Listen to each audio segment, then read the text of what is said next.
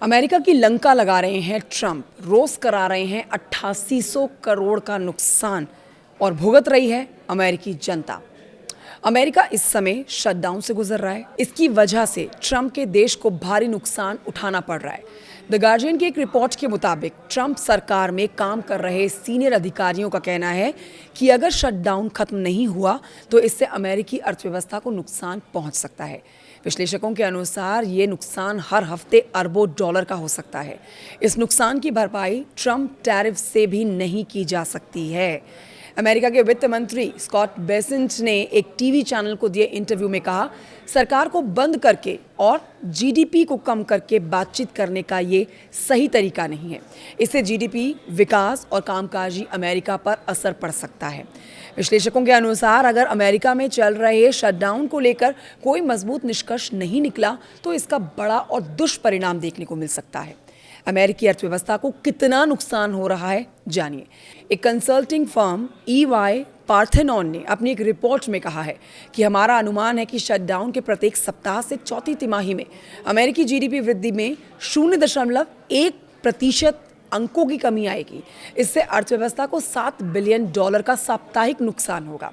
$7 billion का साप्ताहिक नुकसान का मतलब हर दिन 8800 करोड़ का नुकसान अमेरिकी अर्थव्यवस्था को होगा। अब आपको बताते हैं कि इतना ही नहीं, EY पार्थेनॉन ने अपनी रिपोर्ट में छुट्टी पर गए हुए संघीय कर्मचारियों के लिए वेतन की कमी, वस्तुओं और सेवाओं की सरकारी खरीद में देरी और मांग में भारी गिरावट के प्रभाव का हवाला दिया है।